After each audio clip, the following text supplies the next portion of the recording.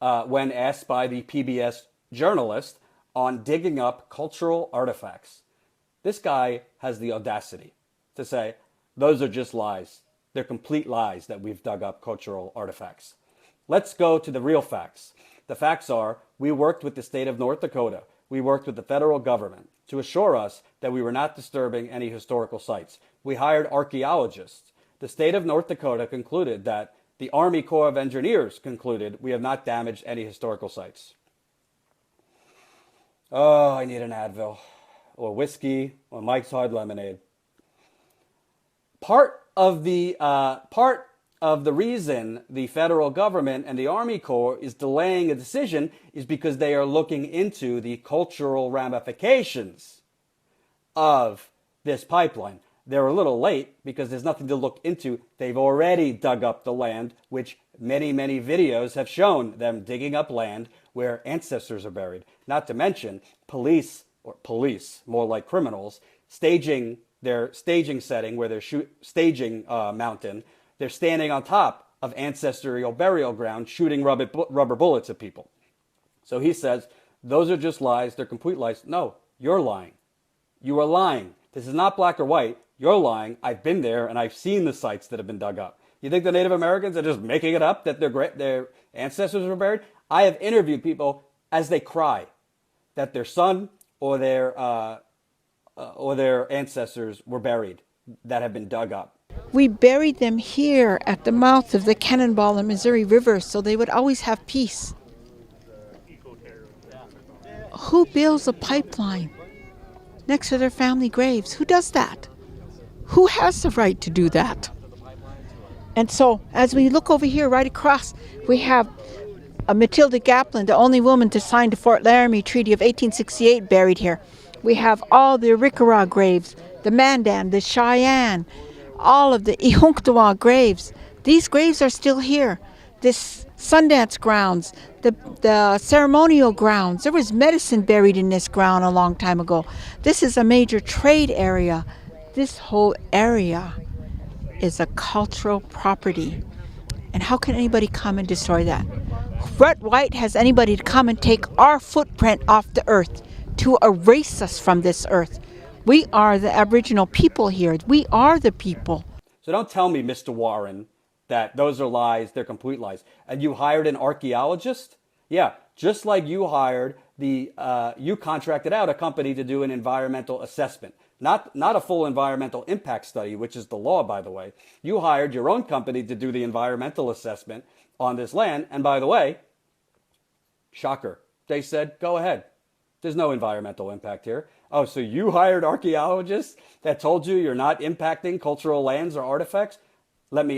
I feel very good now that you hired the archaeologists.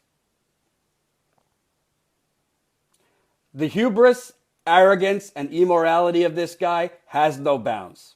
Has no bounds. So, they say the state of North Dakota concluded, the Army Corps of Engineers concluded we have not damaged any historical sites. No, they have not concluded that. You're just making it up. You are making this up that they concluded that. That has not been concluded. By the way, the federal lawsuit that has not been ruled on yet, the main argument among the Standing Rock Sioux tribe in the case is the impact of the cultural impact.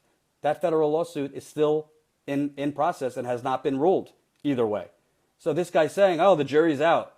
We hired archaeologists. The Army Corps told us we weren't disturbing any cultural sites. He's lying. He's lying with a straight face, and PBS didn't challenge him at all. And finally, the PBS journalist asked him, well, what's going to happen with the protesters? He calls them protesters. I call them protectors. What's going to happen with the protesters? They say they're in it for the long haul. He says, the people of the state of North Dakota are generally wonderful people, law-abiding, nonviolent people, and they're trying to go about their lives. This has been such a disruption to that state. This is not a peaceful protest. So if they want to stick around and continue to do what they're doing, great. But we're building the pipeline.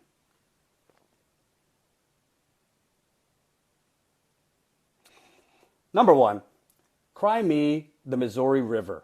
Cry me a Missouri River for those poor people of North Dakota that have been inconvenienced by Native Americans and environmental activists. The sheer audacity of them to fight for their water and their land and against greed. I'm so sorry to the people of North Dakota. How about Energy Transfer Partners is the one inconveniencing these people by choosing to build a pipeline without consultation through the land of Native Americans. I don't give a damn if people in North Dakota or Pennsylvania or Texas or anywhere are inconvenienced by the hundreds of pipelines that are now being built around the country. You know who's inconveniencing you folks? The greedy oil companies. The greedy oil companies. Greedy men like Kelsey Warren. Those are the ones inconveniencing you. And this is not a peaceful protest. Folks, I have been to Standing Rock 4 times. I'm going I'm going to be going soon after, which I'll tell you about later. I've been there 4 times, and I would report to you if I saw violence, even if it wasn't great for the water protectors. I report the truth. I can't report unilaterally that there hasn't been any violence, but I can only report what I have seen personally. I have not seen any violence on the parts of water protectors. I have not seen any water protectors while I've been there carrying guns or shooting guns. The violence I have seen is them holding signs. Sacred land, water protectors, no DAPL. That's the violence I've seen. I know that's very violent. I've seen them praying and yelling at police. So violent. You know what violence I've seen? Rubber bullets being shot at a girl right next to me. I was lucky that it missed me. I've seen people getting pepper sprayed in the face. By the way, in war, unleashing pepper spray is illegal because it's a chemical weapon. That is illegal by the rules of war. But these people, the police in North Dakota, that's just an average Tuesday for them. And if you want to watch, I just uploaded a video.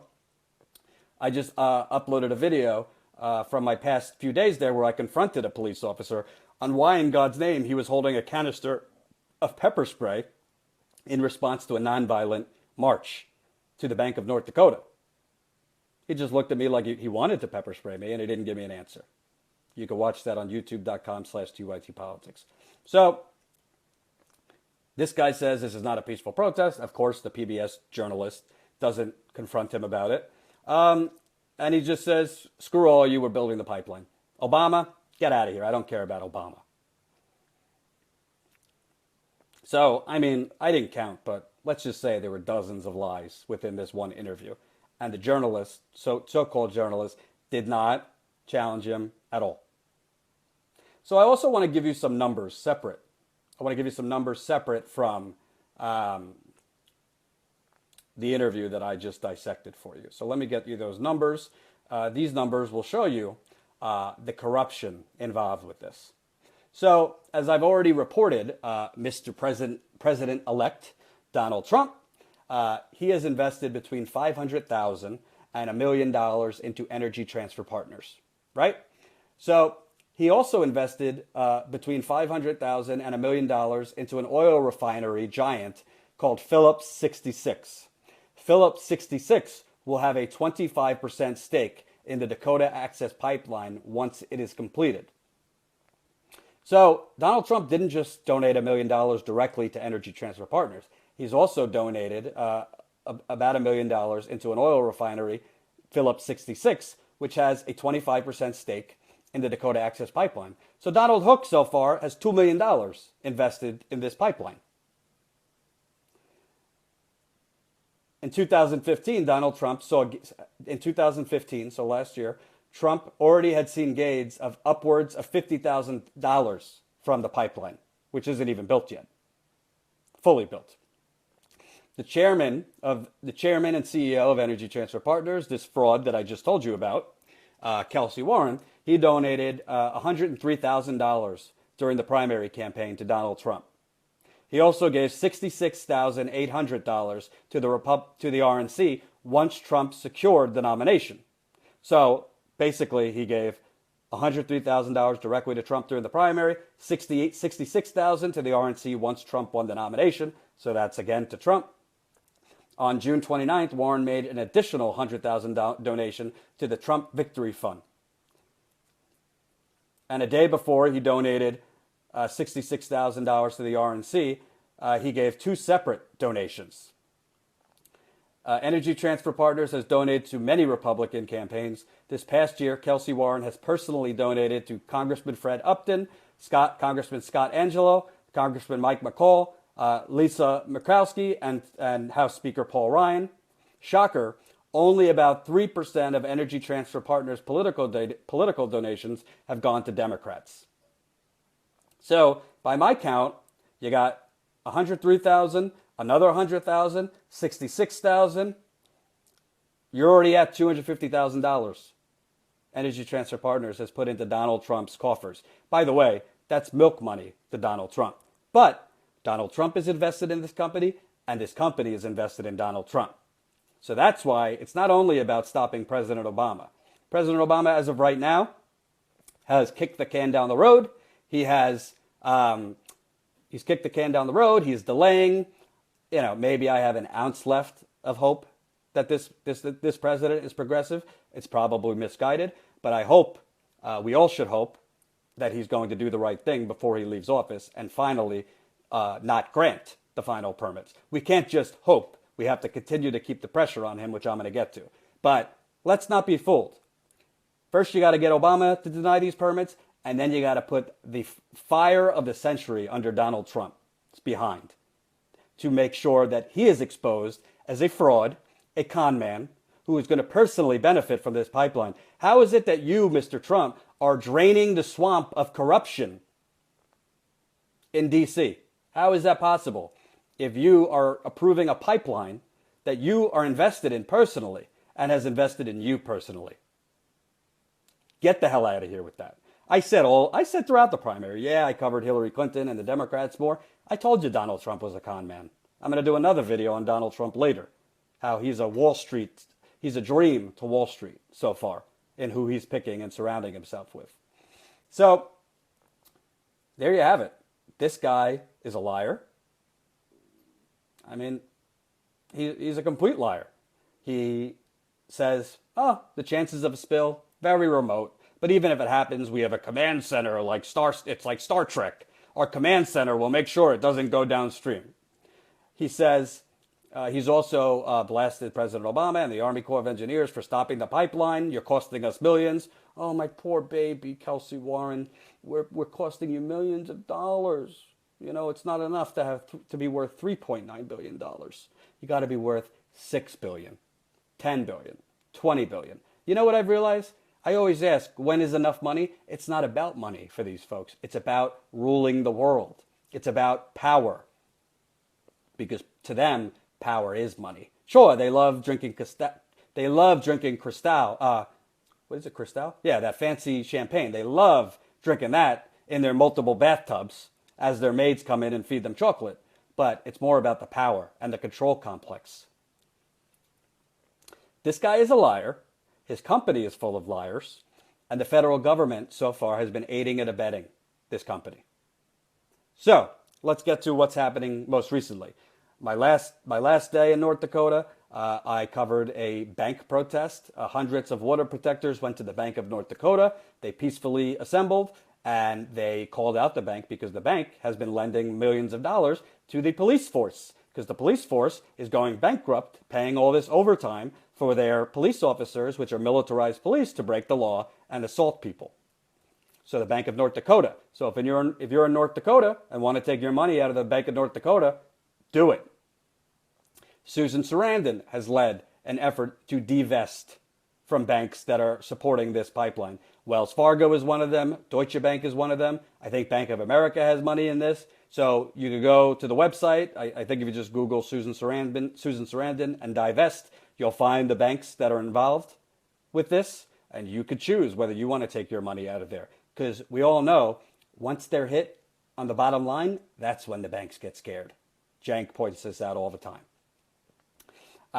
There were protests around the country on Tuesday, in D.C., in L.A., in New York, in Chicago, against this pipeline. So that's where we're at. There are also, I will be going back, roughly speaking. It could change if things intensify on the ground there before then. But roughly speaking, I will be going back the first week of December. I will be going back to Standing Rock for my 5th trip. I will be going back there the first week of December. Wesley Clark Jr., who's a Young Turks host, he will be going, and a veteran, he will be going with fellow veterans, hundreds of them at this point, to Standing Rock to show their support. So I will be there for that. There will also be about 50 people who are going to court on December 5th to defend themselves against fake charges. I will be going for that, to cover that. Soon after that, I'll be taking a vacation. But I'm going back. If things call for me to go back sooner, I will be back sooner. Now, what you could do. Once this video is moved to YouTube, I will put in the description all the numbers.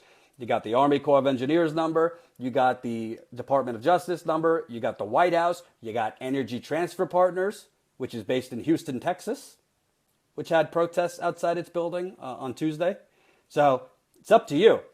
I want you to share this video, share it far and wide. I want you to inform your family at Thanksgiving what's going on, your Republican uncle, at the injustice. But it's not enough to share. You got to donate. I'll put links in on where you could donate. You got to call, flood the lines. We are the movement here. Bernie Sanders says it all the time. Not me, us. In general, I think lines like that are corny, but when it comes to this is true. So I will provide you the information. You could look back later tonight on youtube.com/2ytpolitics. This video will be there. I'll probably break it up so it's not as long, and I'll put the numbers in there. It's up to you, folks. Politicians react when you light a fire under their behind. So it's up to you.